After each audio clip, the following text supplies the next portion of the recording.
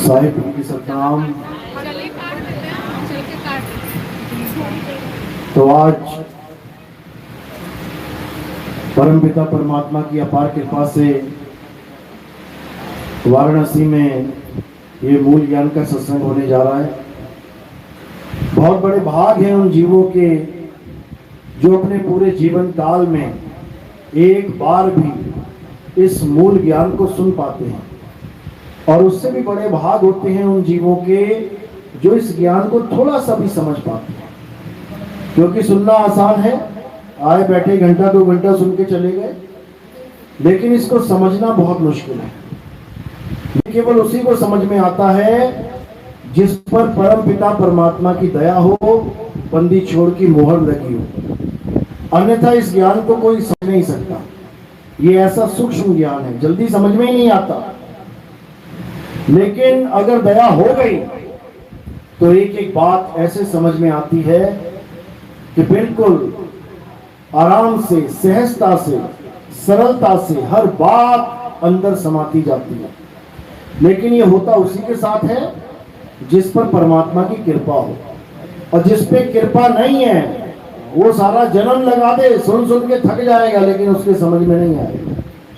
तो आज मालिक से अरदास करेंगे कि हर उस जीव को जो यहाँ बैठा है और जहां तक ये आवाज जा रही है, उन जीवों को ये ज्ञान समझ में आए, ताकि उनका जन्म मरण का रोग खत्म हो और बार बार इस संसार में आने जाने का जो महादुख पाता है ये जीव, ये खत्म हो और अपने मालिक के घर सदा सदा के लिए वापसी हो जाए।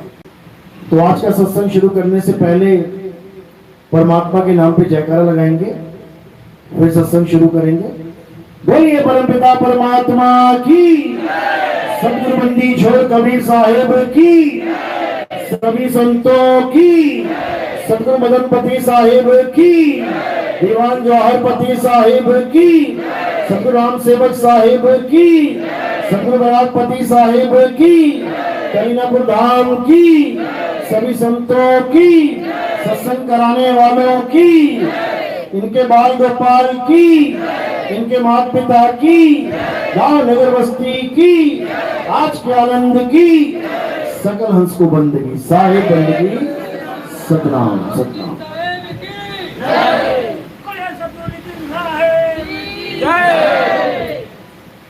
तो कबीर साहब इस धरातल पे आते हैं हम जीवों को चेताने के लिए, समझाने के लिए, लेकिन हम जीव ऐसे हैं कि उनकी किसी बात को भी नहीं समझ पाते। वो जो कुछ मना करके जाते हैं हम सब उसी में उलझ जाते हैं।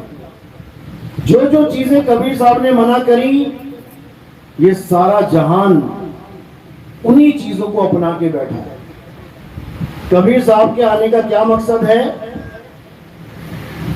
उनसे पहले जो भी भक्ति, जो भी पूजा, जो भी अर्चना विधि, जो भी हम करते आ रहे थे, उसमें कबीर साहब सुधार करने के लिए आते हैं।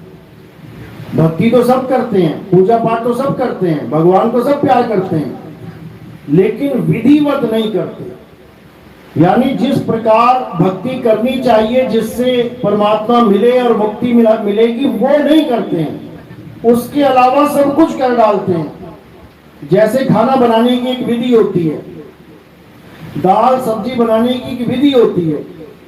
अब अगर विधि पता है तो एक एक चीज विधि के अनुसार डालोगे, बहुत बढ़िया बन जाएगी।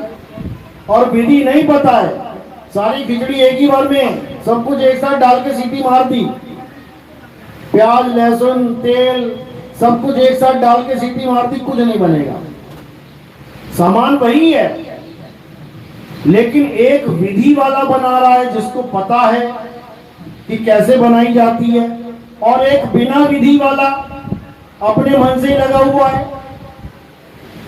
वो स्वाद कभी आ ही नहीं सकता, कभी नहीं आएगा। बस हमारा भी यही हाल है। हम क्या कर रहे हैं? हम विधि के साथ नहीं चल रहे हैं।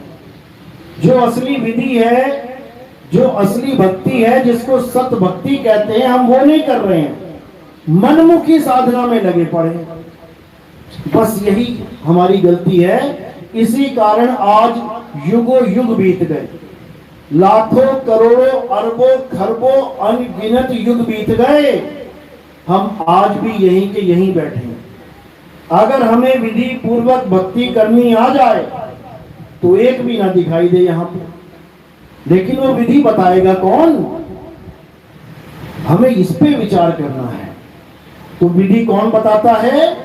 विधि हमें सतगुरु बताता है। सतगुरु क्या करता है? जितने भी हमारे भक्ति में, जितने भी हमारी पूजा पाठ में जो दोष है, यानी जो हम विधि से हटके कार्य कर रहे हैं, वो उसमें सुधार कर देता है। बस उसका यही काम है। अगर ये काम पूरा हो जाए, शिष्य को गुरु की बात समझ में आ जाए, तो समझ लो कि जन्म सफल हो जाएगा। लेकिन होगा कैसे? जब तक मन अड़ंगा डाल के बैठा है। कई लोग कहते हैं हमें गुरु की क्या जरूरत है, हम सीधे जाते हैं मंदिर में, माथा टेकते हैं, घंटी बजाते हैं, जल चढ़ाते हैं, भोग लगाते हैं, मन्नत मांग के घर को वापस आ जाते हैं, हमें गुरु की क्या जरूरत है। लेकिन आप देखोगे कि जिस भगवान की पूजा करने मंदिर में जा रहे हो, वो खुद गुरु धारण करके बैठे हैं। राम जी के मंदिर में जा रहे तो राम जी के गुरु कौन है? वशिष्ठ जी। कृष्ण जी की पूजा करते हो, कृष्ण जी के गुरु कौन है? संदीपन जी। जब भगवानों को गुरु की जरूरत पड़ गई तो एक इंसान को क्या गुरु की जरूरत नहीं पड़ेगी? बिल्कुल पड़ेगी। लेकिन ये अंदर जो मन बैठा है, ये इतना शातिर है कि किसी भी जीव को गुरु की शरण में जाने नहीं देता। ये तो पुरबले भाग जाग जाए, परमात्मा की कृपा हो जाए, तब जीव के अंदर एक आस लगती है, एक इच्छा प्रकट होती है कि मुझे भी गुरु धारण करना चाहिए। तब जाके ये काम बनता है, नहीं तो सारी उम्र तीर्थों में चक्कर काटते रह जाओगे। कभी कोई सोच भी नहीं सकता कि मैं गुरु धारण कर लूंगा। ये मालिक की दया से होता है। तो कहते हैं राम कृष्ण से कौन बड़े? अरे तीन भी तो गुरु कीन, और तीन लोक के वो धनी, गुरु आगे आधीन। जब गुरु जी कृष्ण जी को हुक्म देते थे ना, जाओ लकड़ियां काट के जाओ सुदामा के साथ, तो कृष्ण जी लकड़ियां चुगने जाते थे, लकड़ियां काटते थे गुरु की सेवा के लिए। समझो बात को। तो कबीर साहब ने जहां जहां मना किया, ये जीव वहीं वहीं जाके फंसा। क्या कहते हैं कबीर साहब? कहते हैं पाथर पूजे हरि मिले, तो मैं पूजू पहाड़, और वासे ये चाकी भली, जो पीस खाए संसार। अब साहिब कह रहे हैं अगर पत्थर पूजने से भगवान मिल जाए तो मैं पहाड़ पूज लूं। लेकिन देखो जो कबीर साहब मना कर रहे हैं, उसी में दुनिया उलझी पड़ी है। दुनिया भगवान को तो चाहती है, लेकिन भगवान को पत्थर मान के बैठ गई है। कोई मुझे बता दे, क्या राम जी पत्थर के थे? कृष्ण जी आए इस दुनिया में, क्या वो पत्थर के थे? हनुमान जी इस दुनिया में आए, क्या वो पत्थर के थे? अरे जब वो पत्थर के नहीं थे तो तुमने कैसे बना दिया उनको पत्थर का? कृष्ण जी गीता में समझाते हैं, हे अर्जुन, मैं ये शरीर भी नहीं हूं, मैं ये अंग नहीं हूं, मैं ये इंद्रियां नहीं हूं, मैं आत्मा हूं। वो तो कह रहे हैं कि मैं शरीर भी नहीं हूं, मैं आत्मा हूं। और हम लोगों ने शरीर छोड़ो, पत्थर को भगवान बना दिया। क्या बनेगा हमारा? कुछ नहीं हो सकता। ये जन्म बर्बाद करके चले जाएंगे। ये जन्म बर्बाद ना हो, इसीलिए कबीर साहब आके हमें आत्म ज्ञान की दीक्षा देते हैं। क्या कह रहे हैं? जल में मीन प्यासी, मोह देखत आवे हासी, आत्म ज्ञान बिना नर भटके, और कभी काबा कभी काशी। कहते हैं अगर हम सब भटक रहे हैं तो क्या, किस चीज की कमी है? आत्म ज्ञान बिना नर भटके। हमें आत्मा का ज्ञान नहीं है, हमें उस आत्मा का ज्ञान नहीं है जो अचल है, अडोल है, स्थिर है, हमें उसका ज्ञान नहीं है।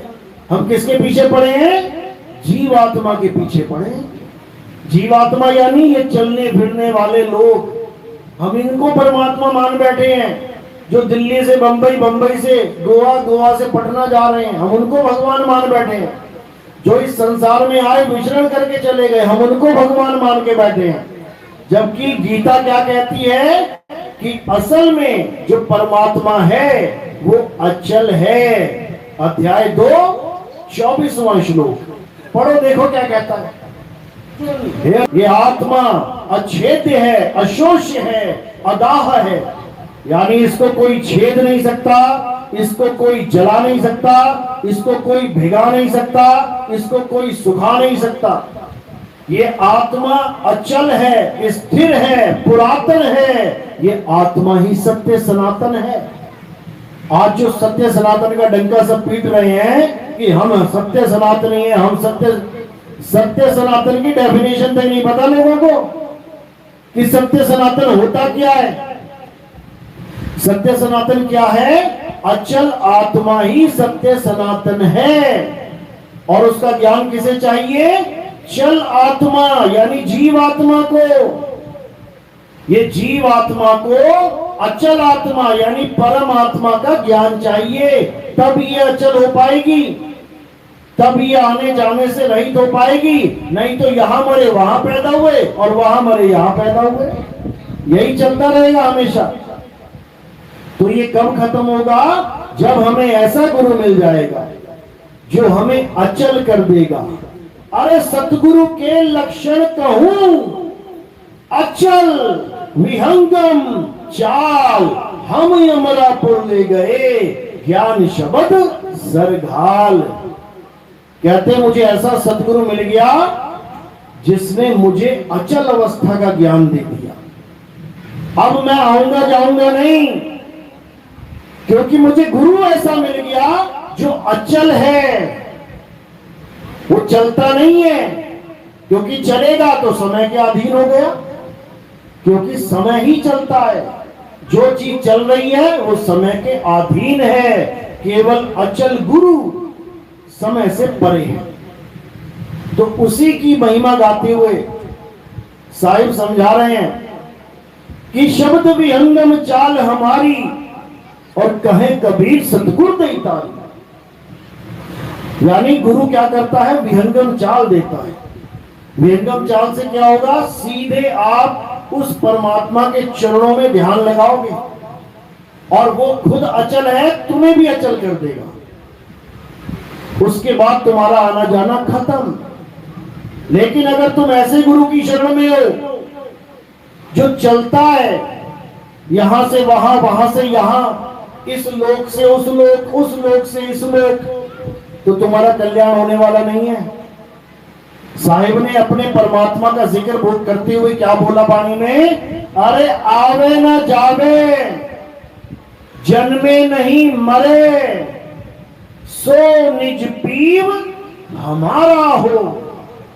कहते मेरा पीव कौन सा है? जो आता ना जाता और जन्मता ना मरता। लेकिन आज जितने भी लोग हैं जो गुरु धारण करके बैठे हैं, उनका गुरु आता जाता भी है और जन्मता मरता भी है। इसलिए वो कभी उस अचल गुरु को, उस शब्द गुरु को प्राप्त नहीं कर पाएंगे, कभी नहीं। लेकिन अगर आपके जीवन में सदगुरु आ गया तो वो नीर झीर का निबेड़ा कर देगा। वो तुम्हारी चल अवस्था को खत्म करके अचल अवस्था में रहने का ज्ञान समझा देगा। उसके बाद ना कहीं आना, ना कहीं जाना, और आपे में आप समाना। फिर ऐसा गुरु मिलेगा, फिर कहीं आना जाना नहीं, कोई स्वर्ग नहीं, कोई नरक नहीं, कोई अलख लोक, सतलोक, अदम लोक, अनामी लोक, गोलोक, शिवलोक, ब्रह्म लोक, किसी लोक में नहीं जाना, कहीं नहीं जाना। अपनी आत्मा में स्थिर हो जाना है, अचल आत्मा में। यही कबीर साहब समझा रहे हैं। अरे अज्ञानी को स्वर्ग नरक है, हरि जाने को नाही, और जिस भव से सब लोग डरत हैं, सो भय हमरे नाही। कहते लोग डरते हैं कि मैं स्वर्ग में जाऊंगा कि नरक में जाऊंगा, उनको चिंता होगी, हमें कहीं नहीं जाना, हमने जो पाना था यहीं पा लिया, समझो। लेकिन ये तब समझ में आता है भाई जब तुम्हारे जीवन में कोई आत्मज्ञानी गुरु आ जाता है। तो साहिब ने क्या भेद बताया आत्मज्ञानी गुरु का, कि आत्मज्ञानी गुरु कौन होता है, उसी आत्मज्ञानी गुरु को तत्वदर्शी संत कहते हैं। तत्वदर्शी संत क्यों कहा जाता है, क्योंकि वो दोनों प्रकार के तत्वों का ज्ञान रखता है, तत्व और निहित तत्व दोनों का ज्ञान रखता है। तत्व यानी ये पंच भौतिक तत्व, ये पांच तत्व यानी नाशवान तत्व यानी असत्य तत्व, और निहित तत्व यानी आत्म तत्व, जिसका आदि और अंत नहीं है, जो सदा सदा के लिए विराजमान है, वो कभी जन्मता मरता नहीं है। उस आत्म तत्व का भेद बताने वाला तत्वदर्शी संत कहलाता है। अध्याय 4 34वां श्लोक गीता का यही समझा रहा है। हे अर्जुन, अगर तुम सत्य को प्राप्त करना चाहते हो, अगर तुम आत्म देव को प्राप्त करना चाहते हो, जिसकी महिमा मैं गा रहा हूं, नैनम छिंदंती शस्त्राणी नैनम दहती पावका, जिस आत्मा का मैं जिक्र कर रहा हूं, अगर इस आत्मा को पाना चाहते हो तो कहां जाओ, तत्वदर्शी संत की शरण में जाओ।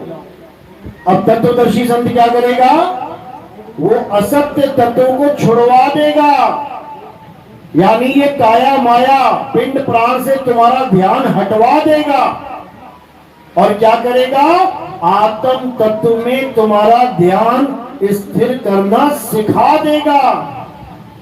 एक बार जब तुम्हें आत्म ज्ञान का बोध हो जाए, उसके बाद तुम कभी अज्ञान को प्राप्त नहीं करोगे। अध्याय 4 35वां श्लोक यही समझा रहा है। लेकिन जो बड़े बड़े विद्वान गीता पढ़ रहे हैं, वही नहीं समझ पा रहे हैं कि आत्म तत्व होता क्या है। कारण क्या है, उनके जीवन में कभी सतगुरु आया ही नहीं। सतगुरु जब जीवन में आता है तो हमें कैसे पता लगेगा कि सतगुरु आया कि गुरु आया। और गुरु भी क्या, आजकल तो गुरुआ बैठे हैं, आजकल तो गुरुआ बैठे हैं। अब दोनों में भेद क्या है, कैसे पता लगेगा कि मेरे जीवन में गुरुआ आ गया या सतगुरु आया। जैसे तुम सोना और पीतल देखने में एक से लगते हैं, तुम पीतल या सोने में से किसी की भी ईंट ले आओ उठा के, सोने की भी ईंट आती है, पीतल की भी बन जाती है। अब जो तुम माल लेके आए हो घर में वो पीला ही है, लेकिन कैसे पता लगे कि ये पीतल है कि सोना, तो क्या करना पड़ेगा, पारखी के पास जाना पड़ेगा, सुनार के पास जाना पड़ेगा। वो तुम्हें 2 मिनट में बता देगा कि ये पीतल है या सोना। 2 मिनट से ज्यादा नहीं लगेंगे। तो कैसे बताया उसने, क्योंकि उसके पास परख है। लेकिन हमारे पास परख नहीं है, इसलिए हम सारा जीवन गुरुआ को ही सतगुरु मान के बैठे रहते हैं, क्योंकि हमें परख है ही नहीं कि हमारे जीवन में सतगुरु आया है या गुरुआ आ गया है। तो परख क्या है, अच्छे से समझ लो। मदन साहिब की वाणी क्या समझाती है, सोई गुरु पूरा कहावे, जो 2 अक्षर का भेद बतावे, एक छुड़ावे एक लखावे, तब प्राणी निज घर को जावे। अब बाणी तो बोल दी साहिब ने, लेकिन इसको समझेगा कौन, इसको वही समझ सकता है जिसके जीवन में सतगुरु आ गया है, और जिसके जीवन में सतगुरु नहीं आया, कोई गुरु आ गया, तो इन दो अक्षरों को भी मंत्र बना के जपवा देगा। क्योंकि गुरुआ का काम है मंत्र जपवाना। यहां 2 लिखा है तो 2 मंत्र बता देगा, यहां 3 लिखा होता तो 3 मंत्र बता देता, यहां 4, 5, 6 लिखा होता तो 4, 5, 6 मंत्र पकड़ा देता। क्योंकि गुरुआ का काम है मंत्र जपवाना और सतगुरु का काम है मंत्र छुड़वाना। ये है दोनों में फर्क। सोई गुरु पूरा कहावे, जो 2 अक्षर का भेद बतावे। एक छुड़ावे, एक लखावे, तब प्राणी निज घर को जावे। निज घर पहुंचा दिया 2 ही अक्षरों में, और जपवा के नहीं, एक छुड़वा के और एक लखा के। और ये जितने अज्ञानी बैठे हैं, ये 2 अक्षरों को क्या बताते हैं? ओम सोहम। उससे भी निज घर को नहीं पहुंचा पा रहे हैं। वाणी कह रही है निज घर पहुंचावे, 2 अक्षरों में ही। ये फिर भी अपना अरंगा डाल के बैठे हैं कि तीसरा नाम मिलेगा, चौथा नाम मिलेगा। कैसे बात बनेगी? कभी जीवन में बात नहीं बन सकती।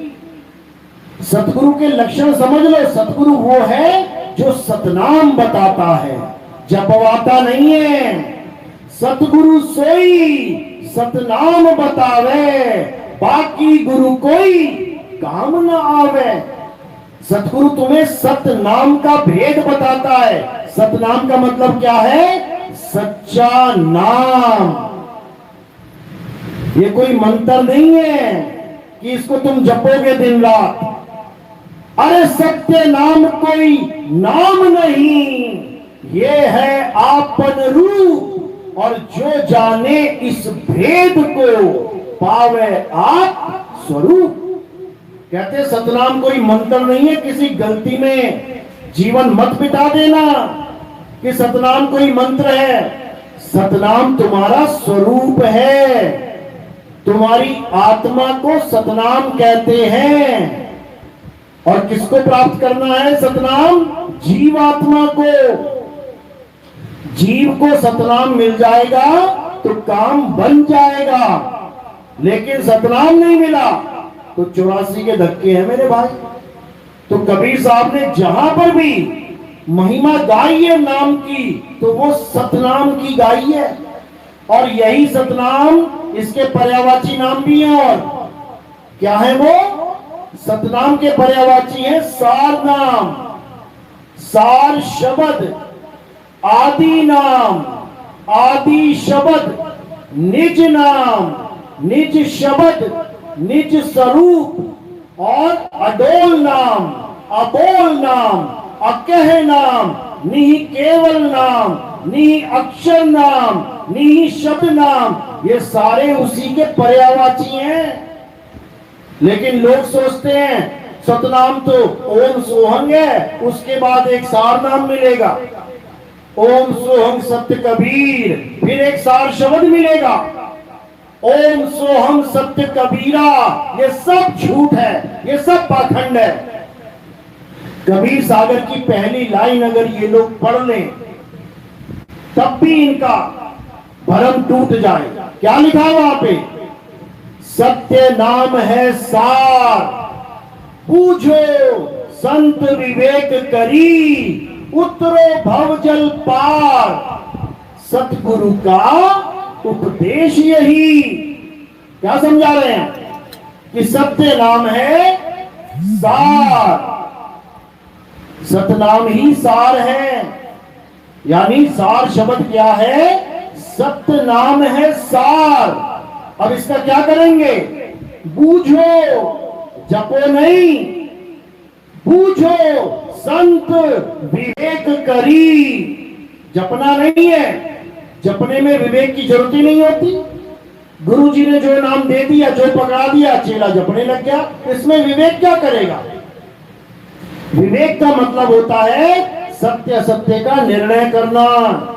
और सतनाम है सार, अब पहले सार समझना पड़ेगा, सार कहते किसे हैं? तो कहते हैं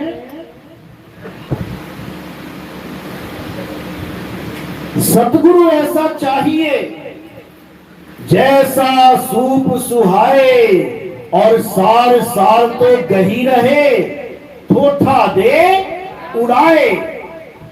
अब हमें यह विचार करना है कि सार और असार होता क्या है। सतनाम तभी समझ में आएगा मेरे भाई, नहीं तो सतनाम के नाम पे इतनी बड़ी बड़ी दुकानें चल रही हैं, तुम्हारा जन्म बर्बाद कर देंगे ये लोग।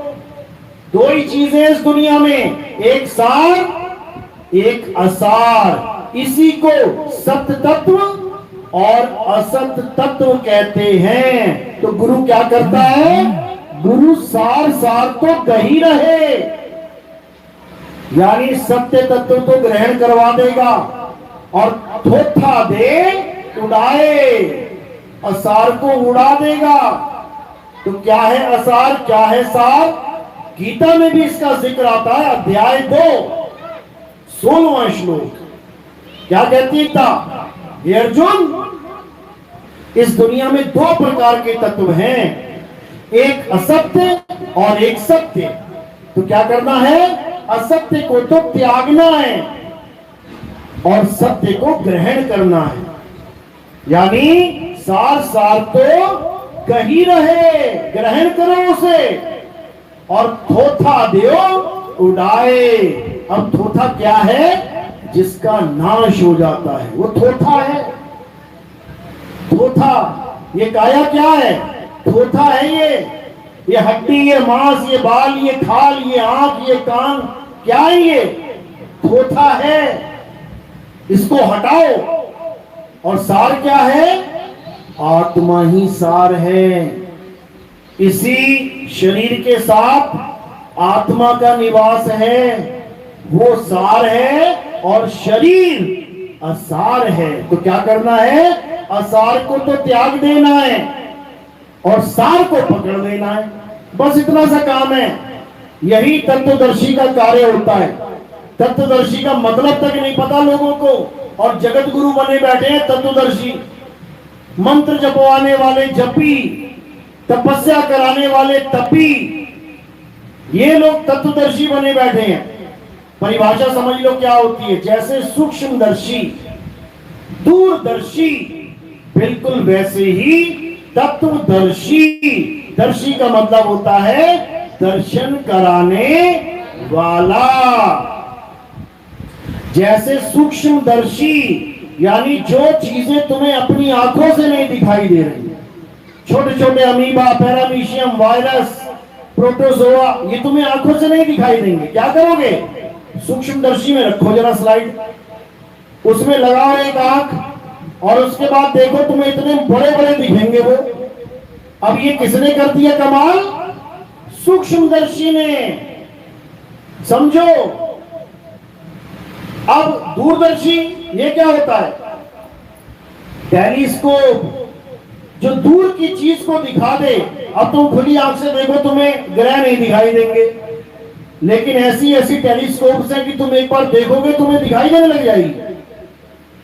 तो ये कौन है? ये दूरदर्शी है। इसी के नाम पे हमारा टीवी चैनल आता था, क्या नाम था उसका? दूरदर्शन। वही देख के बड़े हुए ना सारे। उसका नाम क्यों रखा दूरदर्शन? क्योंकि दूर से बैठ के बड़ा दर्शन करा देंगे तुम्हें। वो खेती बाड़ी आता था, वो खेतों में किसान लगा होता है, तुम घर बैठ के देख रहे हो किसान को। यानी दूरदर्शन का मतलब है दूर की चीज को दिखाने वाला। इसी प्रकार तत्वदर्शी का मतलब है तत्व का दर्शन कराने वाला, नाम जपवाने वाला नहीं कि नाम जप रहे और कहला रहे हो तत्वदर्शी संत। नाम जपने वाला जपी कहलाता है, तपस्या करने वाला तपी कहलाता है। तो साहिब समझा रहे हैं ये थोथा ज्ञान है, छोड़ो इसे। अरे मोतो कहां ढूंढे रे बंदे, मैं तो तेरे पास में, ना मंदिर में, ना मस्जिद में, ना काबे कैलाश में, ना मैं जप में। ना मैं तप में और ना एकांत निवास में, खोजी होए तुरंत मिल जाऊं। ये नहीं कि पहले सारी उम्र में मंत्र जपूंगा, फिर काल भगवान को उसका ठेका दे दूंगा, फिर अक्षर पुरुष को उसका ठेका दे दूंगा और फिर जाके सतलोक में जाके बैठूंगा। सतलोक नहीं, गर्ग लोक मिल जाएगा, समझ लो। क्योंकि जो पाना है यही पाना है। खोजी हुए तुरंत मिल जाऊं, तुरंत एक पल की तलाश में। और कहे कबीर सुनो वही साधो, मैं तो हूं विश्वास में। कहते हैं सतगुरु पे विश्वास करके भक्ति करके देख, तेरा जन्म सफल हो जाएगा। लेकिन भक्ति करे कौन, विश्वास करे कौन? क्योंकि अंधविश्वास में विश्वास बना के बैठे हुए हैं। आज गुरु लोग क्या प्रचार कर रहे हैं? सतनाम की बात नहीं कर रहे। किसकी बात कर रहे हैं? तेरी बीमारी ठीक हो जाएगी, तेरी नौकरी लग जाएगी, भूत प्रेत का साया भाग जाएगा, ऐसा हो जाएगा, वैसा हो जाएगा। इसी में पर्चा चल रहा है सबका। मेरा कैंसर ठीक हो गया, मेरा जुकाम ठीक हो गया, मेरा दर्द ठीक हो गया। बताओ, हॉस्पिटल बंद करवा देते हैं सारे। जो गुरु है वो दवाइयां खा के जीवन बिता रहा है और चेले महाराज कह रहे हैं कि बस हमारा तो सब कुछ ठीक कर दिया गुरु जी ने। अरे उसको भी पूछ लो कौन कौन सी दवाइयां खा रहा है वो। तो ये हाल है भाई। अगर किसी का दुख ठीक होता है तो कैसे होता है ये भी समझ लो। ये तुम्हारे कर्मों की वजह से होता है, ये तुम्हारे प्रारब्ध से होता है। एक डॉक्टर के पास 4 मरीज आ गए कैंसर के, 3 ठीक हो गए, 1 मर गया। दवाई वही है, डॉक्टर वही है, तकनीक वही है, लेकिन प्रारब्ध काम नहीं कर पाया। प्रारब्ध में लिखा है कि इसको दुख पाना है, इसकी मौत होनी है, चाह नहीं सकता कोई। समझ लो। और प्रारब्ध में लिखा है कि ये बिल्कुल ठीक हो जाएगा, तो बाबा जी ठीक हो जाता है बंदा। कहते हैं राग है, धूना है, ये थोड़ा सा मुंह में लगा ले कैंसर ठीक हो जाएगा। ऐसे भी बैठे हुए जो ये दावा करते हैं कि भस्म से ठीक हुआ है सब कुछ। कोई भस्म ठीक नहीं कर सकती। कौन ठीक कर रहा है? ये तुम्हारे प्रारब्ध है मेरे भाई, याद रखना इस बात को। तुम्हारे प्रारब्ध ही दवाई लगेगी कि नहीं लगेगी, ठीक होगे कि नहीं होगे, ये सब निर्णय प्रारब्ध करता है। प्रारब्ध भगवान राम जी को नहीं बख्शा उसने? 14 साल का वनवास कटवा दिया भगवान को, नहीं कटवाया क्या? प्रारब्ध ने कृष्ण जी को नहीं बख्शा? पैर में तीर लगा, मृत्यु हुई कि नहीं हुई? क्यों लगा तीर? प्रारब्ध की वजह से। क्या किया था पहले? बाली को तीर मारा था छुप के। तो जब बाली को तीर मारा तो भैया बाली ने भी कह दिया मैं भी तेरे ऐसी तीर मारूंगा छुप के, तो फिर खाना पड़ा। ये प्रारब्ध है। और ऐसा नहीं है कि और कोई ठीक नहीं कर सकता कि हमारे ही गुरु जी ठीक करते हैं। अरे अंधन को आंख देत, कोड़िन को काया, बांझन को पुत्र देत और निर्धन को माया। ये कबीर साहब की आरती है क्या? किसकी है? गणेश जी की है। जब देना होगा तो गणेश जी के सहारे मिल जाएगा, और नहीं मिलना होगा तो कबीर पंथ में आगे नहीं मिलेगा। बताओ, अगर तुम्हारी किस्मत में नहीं लिखा है तो कबीर पंथ में आकर भी सुख नहीं मिलेगा। समझ लो, ये प्रारब्ध है। लेकिन इतनी गारंटी मिलती है कि सुख दुख से अगर तुम ऊपर उठ गए तो मालिक फिर सब कुछ देखेगा, वो सब करेगा, वो शूल को सुई भी कर देगा। लेकिन तुम कहो कि इसीलिए मैं कबीर पंथ में आना चाहता हूं, फिर भूल जाओ भाई। तुम बाप को बाप इसलिए कहना चाहते हो कि उसकी प्रॉपर्टी मिल जाए, उसकी दुकान मिल जाए, उसका खजाना मिल जाए, तो ठेंगा मिलेगा। समझ लो, तुम परमात्मा को इसलिए उसके पंथ में आना चाहते हो कि तुम्हारी बीमारियां ठीक हो जाए, हो चुका फिर तुम्हारा काम। ये तो फ्री में मिलेगा तुम्हें, मालिक की दया हो जाए सब कुछ मिलेगा। ये प्रेम का सौदा है, ये व्यापार नहीं है कि क्या तुम्हारे गुरुजी कैंसर ठीक कर सकते हैं। अच्छा चल तेरा गुरु एक रेडियो ठीक करके दिखा दे, मेरा रेडियो खराब कर देता हूं, ठीक करके दिखाए तेरा गुरु। अरे जिसको जिसका ज्ञान है वही तो करेगा। अब तुम डॉक्टर के पास जाओ, डॉक्टर साहब मेरा पंचर लगाओ पहले कार का, अगर लगा लिया तो ऑपरेशन कराऊंगा मैं। अरे जिस काम के लिए डॉक्टर बना है उसके लिए जाओ वहां पे। गुरु बना है जन्म मरण से मुक्ति है। गुरु इसलिए नहीं बना है कि तुम्हारे फेफड़े ठीक करता फिरे वो। बताओ, मतलब पथ भ्रष्ट कर दिया लोगों को बिल्कुल। कबीर साहब कहते हैं कि अगर तुम्हें सतगुरु मिल जाए और भले तुम्हें कोढ़ हो जाए, चुई चुई गिरता चाम, कहते हैं नाम जपत कोड़ी भला। वो कह रहे कोड़ी भला है और तुम कह रहे पहले मेरा कोढ़ खत्म करो। नाम जपत कोड़ी भला और चुई चुई गिरता चाम, और वो कंचन देह किस काम की और जिस मुख नाही राम। कबीर साहब तो ये कह रहे हैं, अरे जीवन तो थोड़ा भला। क्या कह रहे हैं कि थोड़ा सा जीवन मिल जाए वो भी भला है। और यहां क्या चल रहा है ड्रामा, हमारे गुरु जी से नाम ले लो तुम्हारी आयु लंबी हो जाएगी। ब्रह्मा जी से लंबी हो जाएगी क्या, या विष्णु जी से लंबी हो जाएगी? कीड़े मकोड़े की तरह मर जाएगा 100 साल के अंदर। अगर तेरे गुरु में दम है तो ब्रह्मा विष्णु महेश जी से लंबी उम्र करके दिखा दे, तब तो मैं मानूं। अरे वो अपनी 100 साल पूरी नहीं कर पाएगा, दूसरों को लंबी उम्र का झांसा दे रहा है। अरे जीवन तो थोड़ा भला, जो मुख में सतनाम और लाख बरस का जीवना, और बिन नाम क्या काम, बिना नाम के किस काम का। चाहे तुम लाख बरस जी लो तो इससे कोई फर्क नहीं पड़ता भाई। चाहे तुम आज खत्म हो जाओ इससे पड़ता, तुम्हारे पास सतनाम होना चाहिए। क्योंकि गुरु क्या करता है, गुरु सूरत को भेद बताता है। गुरु सूरत को एड्रेस बताता है कि कहां जाना है। अब वो चेतन हो जाती है एकदम, और जब वो चेतन हो जाती है फिर उसको कोई रोक नहीं सकता। कि कोई कहेगी रोक लेगा, नहीं रोक सकता। रुकेगी कब, जब वो खुद रुकना चाहेगी। समझ लो, अभी तुम सबको यहां पे बेड़ियां लगा दी जाए, कमरे में बंद कर दिया जाए, तो क्या तुम्हारे ध्यान को हम रोक सकते हैं कि अपने अपने घर का ध्यान ना कर पाओ? रोक लेंगे क्या? अभी 1 सेकंड में ध्यान चला जाएगा सीवान में, अभी चला जाएगा बुलंदशहर में, अभी चला जाएगा दिल्ली में। समझो, कोई किसी के ध्यान को नहीं रोक सकता। तो हमने क्या करना है, गुरु क्या करता है, गुरु इस ध्यान को ही परमात्मा में लगाने का विधि बताता है, उपाय बताता है। अरे धुन में ध्यान, ध्यान में जाना, गुरुमुख अकथ कहानी। अकथ कहानी मंत्र नहीं है। गुरु क्या करता है, ध्यान कैसे करना है मालिक का ये सिखा देता है।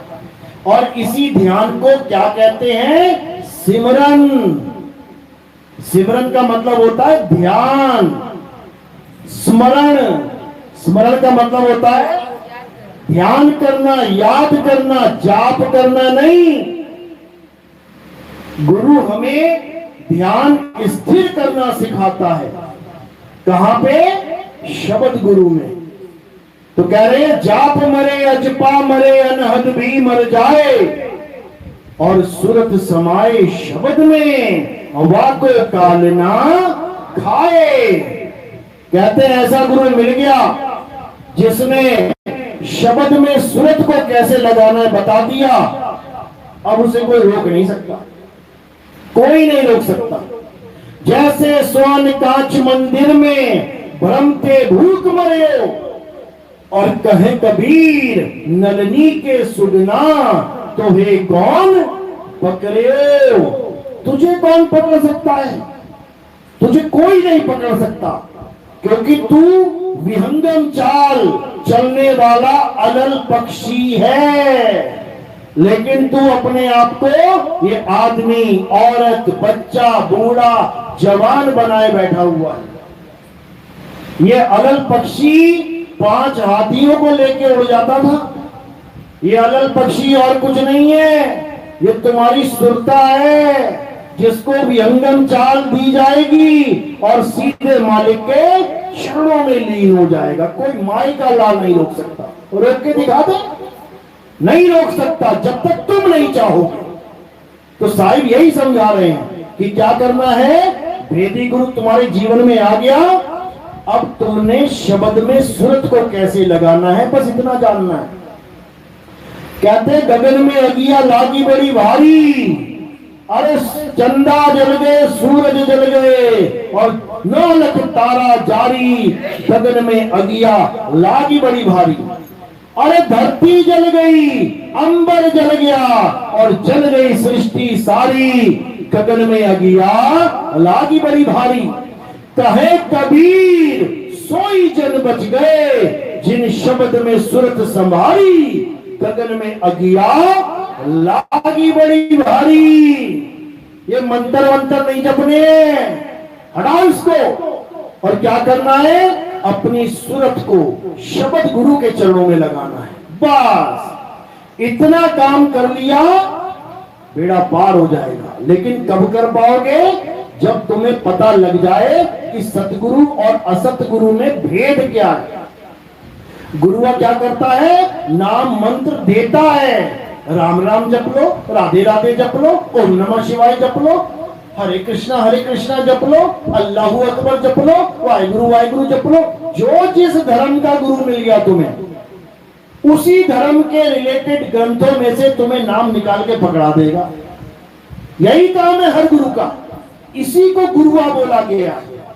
अरे गुरुआ तो घर घर फिरे और कौड़ी केर 50, अपने रूप की खबर नहीं। अपना रूप यानी सत्य नाम, अपने रूप की खबर नहीं और शिष्य करण की आस। तो समझा रहे साहिब। अरे घर घर मंत्र देत फिरत हैं, माया के अभिमाना और गुरुआ सहित शिष्य सब पूरे, अंतकाल पछताना, साधे देखो ये जग बौराना। कहते पागल हो गए सारे मंत्रों के चक्कर में। आदि काल से अब तक ये मंत्र नहीं छूट रहे हैं। जिसका जो मन आ रहा है उसी को मंत्र बना के बैठा जा रहा है, उसी को जपता चला जा रहा है। बर्बाद हो गए लोग मंत्रों के चक्कर में। करना क्या था, आत्मा का ज्ञान प्राप्त करना था। अध्याय 3 17वां श्लोक। हे अर्जुन, जो अपनी आत्मा में रमण करते हैं, जो अपनी आत्मा में तृप्त हैं, जो अपनी आत्मा में संतुष्ट हैं, उनके लिए कोई धार्मिक कर्म कर्तव्य लागू ही नहीं होता। उनके लिए ये पूजा पाठ हवन यज्ञ, ये जितने भी व्रत, जितनी भी जो भी तामझाम चल रहा है, किसी की जरूरत नहीं है। उसे कहीं जाने की जरूरत नहीं है। बस एक काम करना है, क्या, आत्मा में रमण करना है, रम जाना है उसमें। लेकिन कैसे रमेंगे, जब तुम्हारे जीवन में सतगुरु आएगा, वही बताएगा तुम्हें आत्मज्ञान। नहीं तो कोई माई का लाल आत्मज्ञान बता ही नहीं सकता। मंत्र पकड़ा देंगे, जंत्र पकड़ा देंगे, पूजा पाठ करवा देंगे, हवन यज्ञ करवा देंगे, तीर्थों में भेज देंगे मरने के लिए। देखो तीर्थों में जा रहे हैं, मर मर के वापस आ रहे हैं। अरे परमात्मा तुम्हारे घर में विराजमान है, बाहर ढूंढने के लिए जाने की जरूरत नहीं है। साहिब समझा रहे हैं, ज्यों तिल माही तेल है और ज्यों चकमक में आग, तेरा साईं तुझ में है और जाग सके तो जाग। बस जागना ही है। ये अज्ञानता की नींद में हजारों जवान लड़के मारे गए। उनके घर जाके पूछो उनको जाके, कैसा रहा तुम्हारा त्योहार। पूछो, गणेश चतुर्थी में समुद्र में जाते बड़े बड़े गणेश जी की प्रतिमा विसर्जन करने, पूछो जरा जिनका घर में लड़का मर गया हो, गणेश जी की मूर्ति के नीचे आके दब गया, पूछो कैसा लग रहा है? आनंद आ रहा है, त्योहार है, लड्डू बांट दे, क्या बोलेगा? कहेगा अरे तेरा त्योहार होगा, हमारे यहां तो मातम बना हुआ है। समझो, केवल इतनी सी अज्ञानता के कारण कि हमें यह नहीं पता कि परमात्मा को पाना कैसे है, बस इतना सा कारण है। और उस चक्कर में हमने बर्बाद कर दिया अपना पूरा जीवन। जवान लड़के मर जाते हैं। अभी कांवड़ यात्रा चली थी, बड़े बड़े बैनर, अकाल मृत्यु वो मरे जो काम करे चंडाल का, काल उसका क्या बिगाड़े भगत है महाकाल का। यानी खुद ही कह रहे हैं कि जो अकाल मृत्यु मर जाए वो चंडाल है। और सड़क पे देखो बम बोले के टी शर्ट पहन के मरे पड़े हैं सारे, अपने ही भक्तों को कह रहे हैं ये चंडाल का काम करते थे। बताओ, कोई और बोले समझ में आता है? बताओ कौन सी कांवड़ यात्रा में लोग नहीं मरते हैं? यानी जो मर गया उसको काल खा गया और वो चंडाल हो गया। केदारनाथ में इतनी त्रासदी हुई, पंडित तक नहीं बचा।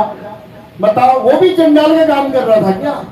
अकाल मृत्यु आ गई उसको, एक भगत नहीं बचा, सारे के सारे मारे गए। फिर भी आज तक झंडा ऊंचा है इनका कि अकाल मृत्यु वो। अरे अब तो समझ जा भाई कि काल आता है तो महाकाल के मंदिर में भी ले जाता है उठा के। जब काल आता है तो महाकाल का मंदिर भी नहीं देखता वो। और तुमने काल को समझ क्या लिया है? 3 लोग मुंह में लेके घूमता है वो। अभी भूकंप आया ना तो सब कुछ ढा देगा, मंदिर ना देखेगा, मस्जिद ना देखेगा। ये 3 लोग काल के अधीन है, ये इसका मालिक है 3 लोग का। साहिब समझा रहे हैं, अरे 3 लोग एक जेल है, पाप पुण्य 2 जाल, सारा जग भोजन बना, खाने वाला काल। बताओ, 3 लोग का भक्षण कर रहा है वो, और तुम कह रहे हो कि काल उसका क्या बिगाड़े, भगत है महाकाल का। सबसे ज्यादा महाकाल के भक्तों का बिगाड़ा उसने, समझ लो। क्यों? क्योंकि सावन में चलता है काम सारा महाकाल का। सावन में बड़ी बड़ी हादसे होते हैं, कोई चट्टान खिसक रही है, कोई पानी आ रहा है, फ्लड आ रहा है, बारिशें हो रही हैं। काल को तो बच्चा बना दिया इन लोगों ने। तो भाई कबीर साहब समझाते हैं, बचना चाहो काल जाल से तो चीनो शब्द हमारा, और कहे कबीर अमर कर राखूं जो निज हुए हमारा। कहते काल की नगरी में कोई अमर नहीं है। यहां ब्रह्मा विष्णु महेश जी भी अमर नहीं है, उनकी भी उम्र लिख रखी है ग्रंथों में। और ब्रह्मा विष्णु महेश से जिन राक्षसों ने वरदान मांगा कि भगवान मुझे अमर कर दो, एक को भी अमर न कर पाए क्योंकि खुद अमर नहीं है। लेकिन कबीर साहब समझाते हैं कि हम तुम्हें वहां भेज सकते हैं जहां पे मौत नाम की कोई चीज ही नहीं है। अरे अमर करूं सतलोक पठाऊं, दाते बंदी छोड़ कहाऊं। बंदी छोड़ ऐसे ही नाम नहीं रखा है हमारा। ऐसी जगह भेज देते हैं जहां काल पहुंच भी नहीं सकता, सोच भी नहीं सकता। और वो क्या है? वो तुम्हारा आत्म स्वरूप है। अभी तुम कहा हो? देह स्वरूप में वास कर रहे हो, इस 3 लोक में वास कर रहे हो। उसके बाद 3 लोक छोड़ के 4थे लोक यानी अपने सत्य स्वरूप में समा जाओगे। समझ लो, तुम्हारा सत्य स्वरूप ही तुम्हारा निज नाम है, तुम्हारा सत्य स्वरूप ही तुम्हारा निज स्वरूप है।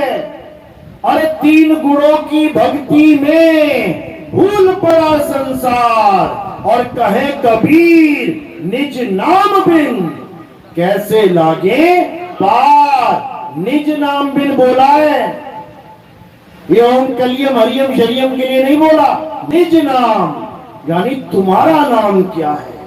जिस दिन तुम्हें तुम्हारा नाम देने वाला गुरु मिल गया, सबके नाम छुड़वा देगा। यही है उसकी महिमा मेरे भाई, यही है। तो जब तक इस निज नाम को नहीं जाना तब तक दूसरों के नाम जपते रहोगे, 52 अक्षरी नाम जपते रहोगे। अब 52 अक्षरों को त्याग देना है और अपने निज नाम को ग्रहण करना है। 52 अक्षर जीवाधारा, आदि अक्षर जीव्या से न्यारा, वाही को सत सिमरन कहिए, सिमर सिमर नर उतरो पारा। ये समझना है। चलो मेरी बात समझ में आ रही है?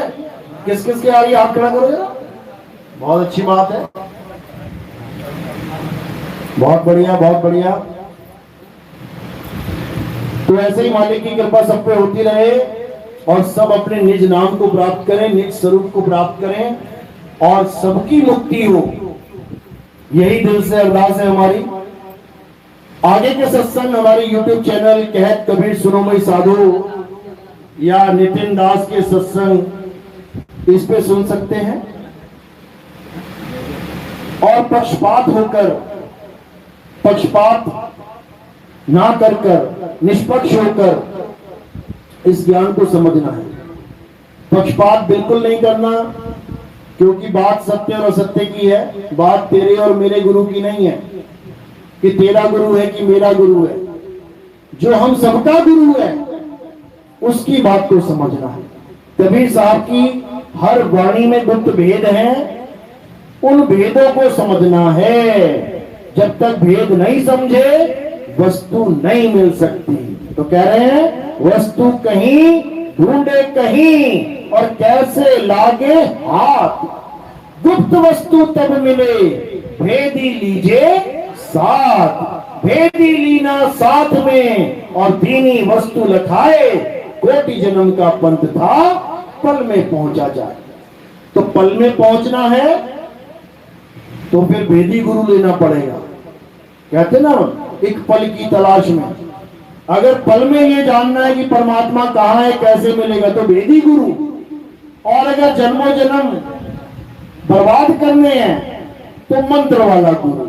खूब मंत्र जपो, ओम कलियम हरियम जपो, रारणकार सोहम जपो, जो मन में आए जपो और जन्म बर्बाद करो।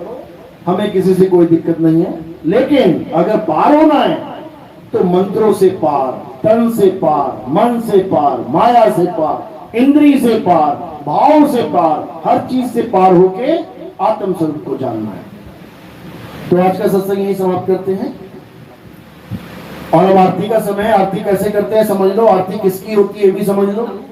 हमारे यहाँ किसी पत्थर की, फोटो की, कैलेंडर की आरती नहीं होती है।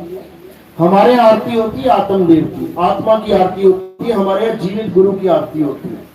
तो आरती में कैसे क्या करना है, थोड़े से फूल उठाने हैं और मेरे सिर के ऊपर रख देने हैं। सिर के ऊपर क्यों रखते हैं? क्योंकि पैर के अंगूठे से लेके सिर की चोटी तक ये नाशवान शरीर है। गुरु नाशवान शरीर नहीं होता। तो हमने ये फूल नाशवान शरीर से परे रख दिए। कहां समर्पित हो जाते हैं? ये हमारे असली गुरु के चरणों में समर्पित हो जाते हैं। क्योंकि हमारा असली गुरु इस 3 लोक का स्वामी नहीं है, हमारा गुरु 4थे लोक का स्वामी है। तो ये 3 लोक क्या है? काया ही 3 लोक है। 3 लोक है देह में और रोम रोम में धाम, बिन सतगुरु ना पाइए सार शब्द निज नाम। तो उसी गुरु के चरणों में ये फूल रखते हैं। तो एक एक करके आएंगे, आरती लगेगी, खड़े हो जाएंगे सारे। और कोई प्रचार प्रसार में योगदान करना चाहेगा तो वो केवल सेवा पैरों में डालनी है। माया का स्थान पैरों में है और फूलों का स्थान सिर के ऊपर। बोलिए परमपिता परमात्मा की, सदगुरु बंदी छोड़ कबीर साहिब की, सभी संतों की।